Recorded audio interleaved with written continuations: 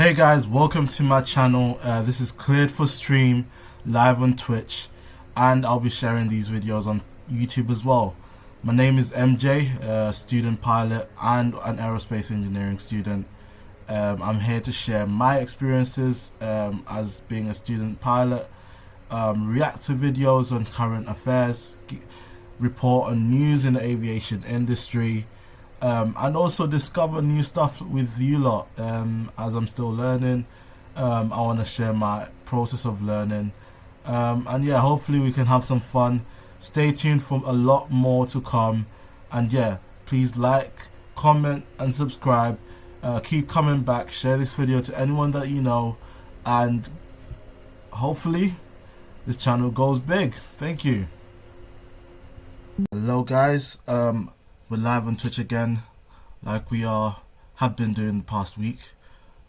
So I will go into it straight away.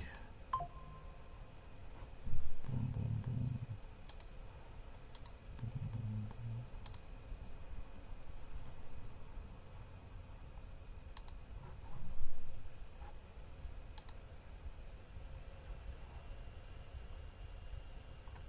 So here we're reacting to you know, the recap on Air India 171. Why did it crash? Why did the fuel cut off? So we got experts here just talking about kind of like the complexities of the situation, and we're reacting to the channel of Captain Steeeve like I did last time. So welcome to my live Twitch. My name is Mansoor Amala. I am a student pilot and aerospace engineering student at the University of Liverpool. So you know, reacting to this incident, and yeah, like the video, share it, subscribe, you know, let us grow this channel together, and get some great insight from experts. As I learn, you learn, and yeah, we're able to resolve a lot of stuff in the world.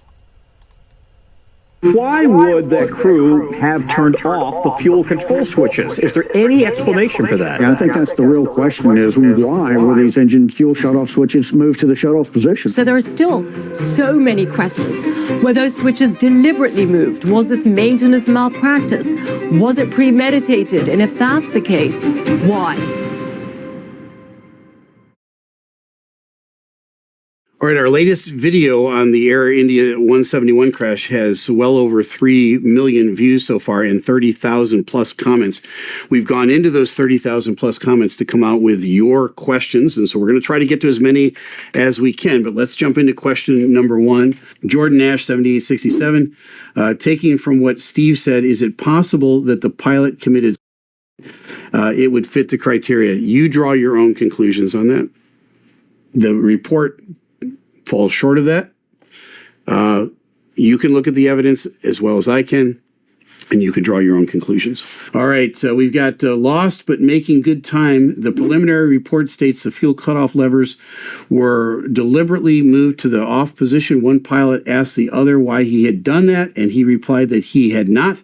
One of the pilots then returned the levers to the run position, but it was too late, too little too late. What could possess one of the pilots to cut off the fuel and then deny it? Brits born before 1980 with no life insurance may be eligible for this. That's the million-dollar question. What would possess somebody to do such a thing? The denial part, I totally understand. Right? When I asked my kids something that I caught them in red-handed, they always denied it. That's kind of human nature. But the first part of that, again, yeah, it leaves us with more questions than answers. Travel Bridges 3513. Is there anything a co-pilot can realistically do in the split seconds if the other pilot suddenly makes a catastrophic input? Well, the other pilot did. 10 seconds after the fuel control switches were placed to cutoff, I'm assuming the other pilot placed them back to run. That's a lot of presence of mind to work through denial, what happened, what controlling your airplane, and then reaching and doing something that you wouldn't normally do. 10 seconds is pretty quick. It wasn't quick enough, but it was amazing on the part of that other pilot. Mukundan P writes, most importantly, why does the computer allow the actions like cutting off the fuel at such a low altitude during a critical phase of flight? Well, because I may have to cut off fuel to an engine as I'm landing. Let's say I'm at 300 or 400 feet and I get an engine fire on one of my engines. I'm going to want to go ahead and do my procedure and cut that off before I land. So that's why it is. It's never intended to do it on climb out. And again, this is a tragedy. All right. Frank M 5815 writes, why can't the fuel switches be designed to require two people to activate? This seems like a serious design flaw, which makes the plane very vulnerable to sabotage by a single pilot. You know what? That's a great insight. You know, maybe there is a design that they can come up with where both pilots have to be part of that process. I would be all for that. I don't think it would slow down the process of shutting down an engine that you needed to shut down, because when we do shut down an engine, a single engine for a failure, we both confirm that it's the proper engine. I place my finger on the fuel control switch ahead of time. The other pilot confirms it with me. Then I grab it. I go placing it to cutoff. I place it to cutoff, and he confirms it was placed to cutoff. That takes a while. Why not make that a more elaborate thing? I think that's a great suggestion. All right. Jordan 65730 writes, the theory suggests a maintenance jumper plug could be left in the wiring, forcing the engine's computer to see a permanent run signal even when the cockpit levers are at cutoff. I don't know anything about that. No, I don't think that's a thing, and that's not what the problem was here. The switches were physically placed to cut off, and they operated the way they're designed to cut off fuel. A few seconds later, 10 seconds later, they were placed back to run, but it wasn't enough time to get the engines to light off sufficiently to get enough thrust to stop the descent. My TV channel, in my Cessna 172, in a committed emergency hazardous off-field landing, the mixture is set to cut off just before impact, as well as other steps. The question is, what is the procedure for prepping for an imminent crash in this airplane? Is there a procedure similar to that? And the answer is no, there isn't. The bigger issue is not whether the engines are running or not running. There's all that fuel in the tanks, and the impact, depending on how you impact and how much fuel in the tanks, is going to cause that initial explosion and the fire. The mixture thing on a civilian airplane is completely different than cutting off the fuel to the engines on a turbine jet. But yeah, that's a good question. At Snoopy Pie writes, why should we trust Boeing in the case of the 737 MAX crashes? Lion Air 610, Ethiopian 302, Boeing initially blamed the pilots, even though the true cause was a deeply flawed MCAS system. That deflection wasn't about truth. And then he goes on to talk about this. That's a legitimate question. It's a legit question. And you know what? I think Boeing has had some issues in the past where they need to kind of bump it up. And it is easy to come right straight out and blame the pilots immediately. Let me go back to the preliminary findings here out of India. There was a lot of agencies, not just Boeing, right? There was Boeing, there was the NTSB, the FAA, the AAIB.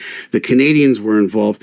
A lot of different people were involved in looking at this incident, and they came up with a preliminary finding, which was that both fuel control switches were placed to cut off right after rotate. There is no procedure on the planet where that is a thing to do. There's only one real explanation for why that happened, and you can draw your own conclusions on that. But again, and Boeing had some issues in the past. I don't think that's germane to this conversation with this particular incident.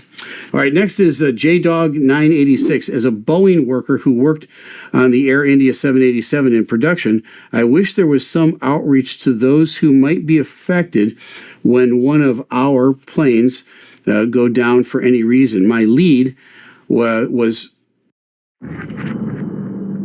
this game. You're not ready for it. Was truly distraught when the planes used to take down the Twin Towers were his planes. You know what, folks? This is a human side of the industry. It's really easy to get cynical and point a finger at Boeing or point a finger at GE or point a finger at Air India and blame some large corporation. But there are actual people that put those airplanes together, and they put a lot of pride, and they pour themselves into those airplanes. And so in this case, let me be very clear about this. That Boeing aircraft was operating exactly the way it was designed to operate.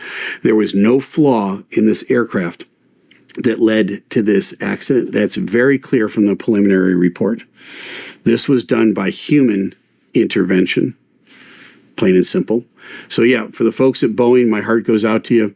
I hope that you guys have on board in your HR department a program to reach out and say, hey, I need to talk to somebody about that. If you don't, send us a message here, and I can see if I can connect with you, and let's make that human connection, right?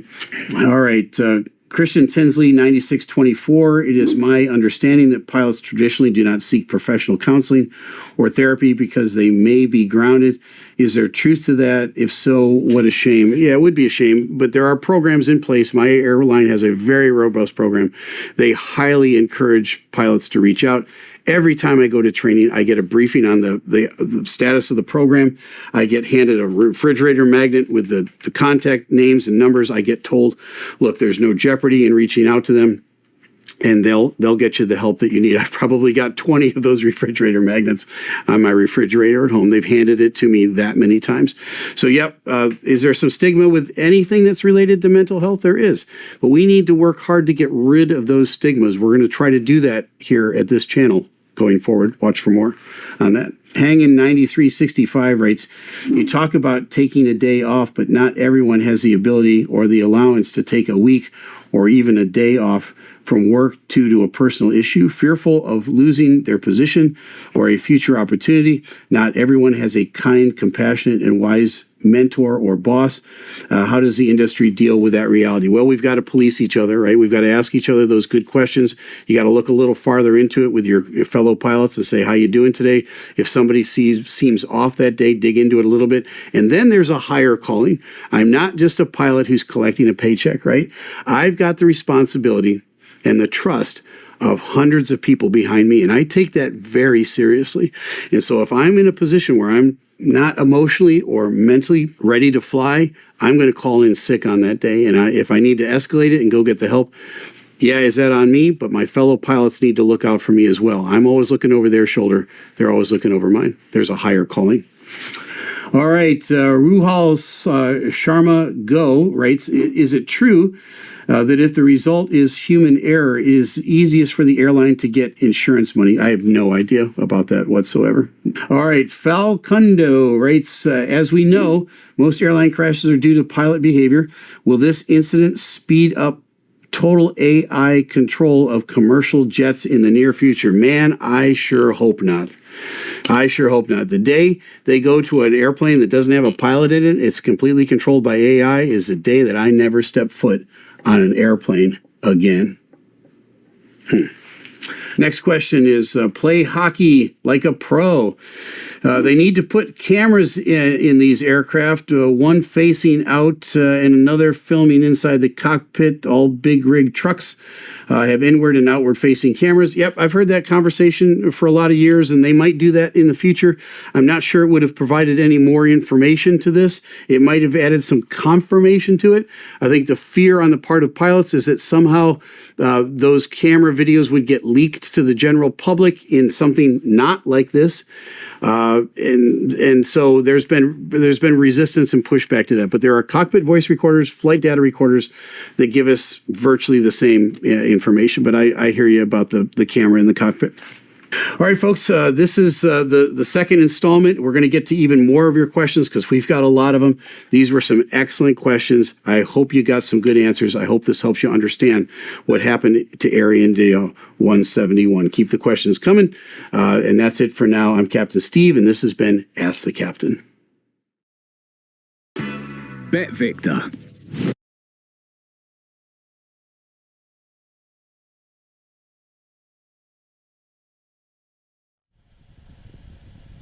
Well, that is some breadth breakdown of what could have happened. Captain Steeeve really reacts to all the comments in his YouTube channel. He's given great, consolidation on the side of the pilots. It must have been tough. A lot of people have put out some great suggestions.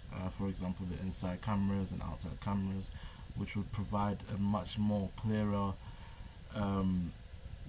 view of what the pilots were doing in the cockpit, what led up to that moment.